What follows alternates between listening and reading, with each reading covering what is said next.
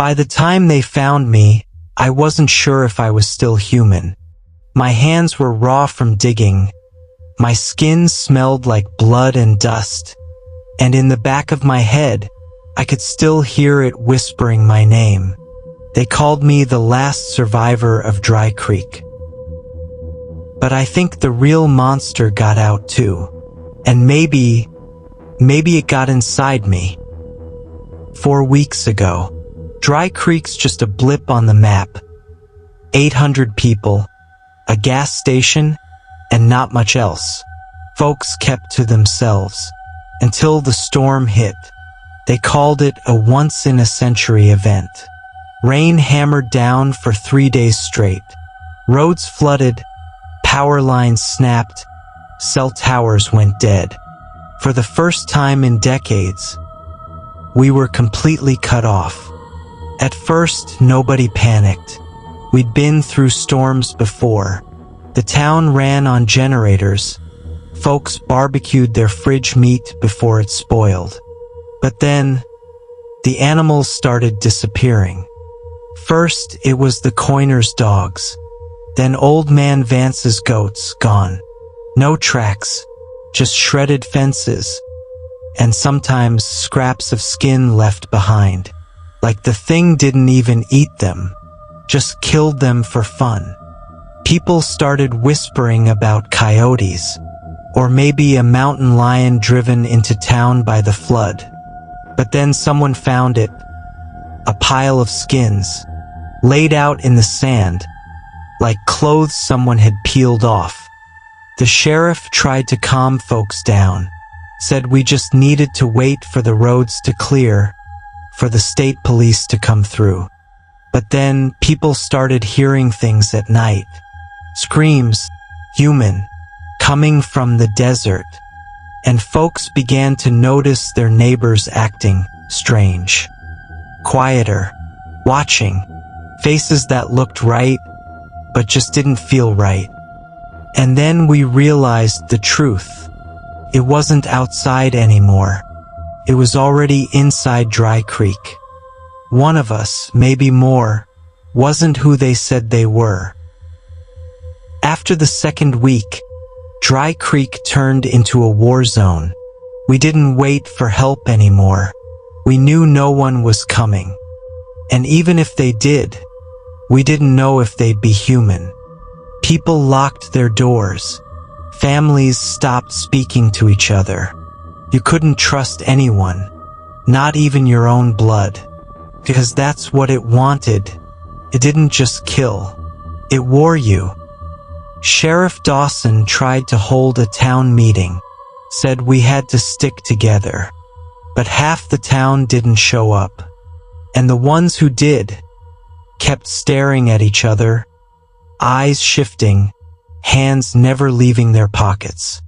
That's when I noticed my best friend, Mason. He wasn't blinking. Mason and I'd grown up together. I knew every twitch, every nervous tick.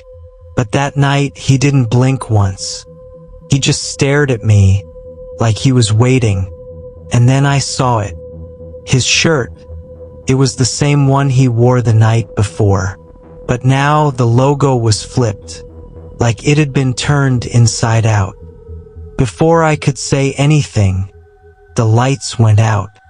Someone screamed, and then the gunfire started. When the lights flickered back, half the people in that hall were dead. And Mason wasn't Mason anymore. His skin was splitting at the seams like wet paper. And underneath, there was something else.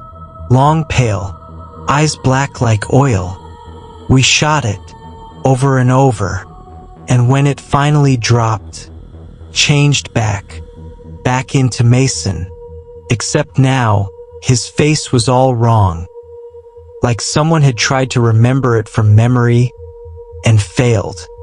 That's when Dry Creek lost its mind. No one could tell who was real anymore. Neighbors dragged each other out into the streets. People demanded proof, scars, memories, family secrets. But the thing was smart. It knew things. And every night, someone else disappeared. The sheriff formed hunting parties, said we'd find it, end it. But every time they killed one, the body would shift back into someone they swore was human, someone they knew, and the guilt, it started eating them alive. I stopped going outside. I stayed in my basement, lights off, gun loaded, listening to the chaos outside. That's when I realized you didn't need to hunt anymore. We were doing the killing for it. All it had to do was watch and wait. By the third week, Dry Creek wasn't a town anymore. It was a graveyard, and I was the only one left alive. Or at least, that's what I thought. They turned on each other. The hunting parties stopped looking for the skinwalker and started hunting anyone who acted a little bit off. A wrong word, a wrong look, that's all it took. And every time they killed someone, they checked the body. And every time it was human. I stayed hidden. I listened as they tore each other apart. Gunfire at night. Screams that got shorter and shorter. Until finally, it was just me. The power died. My food ran out. And that's when the dreams started. I dreamed I was running on all fours, tearing through the desert wearing someone else's face. I dreamed I could hear their thoughts, the fear, the blood pumping in their veins. Sometimes I'd wake up with dirt under my nails, sometimes with blood. I don't know when it happened. Maybe I was the last real one. Or maybe that thing got to me too, took me over, wore me, and left me thinking I was still human. When the National Guard finally made it through the floods, they found me in the middle of town square, digging, my hands raw, my clothes torn, surrounded by shallow graves. They called me the last survivor of Dry Creek. They said I was lucky, but sometimes late at night, I can still hear it whispering my name over and over. And when I look in the mirror, I don't always recognize what's looking back. So if you're out there and you see someone that looks like me, don't trust them. Don't let them in. Because maybe I never made it out of Dry Creek.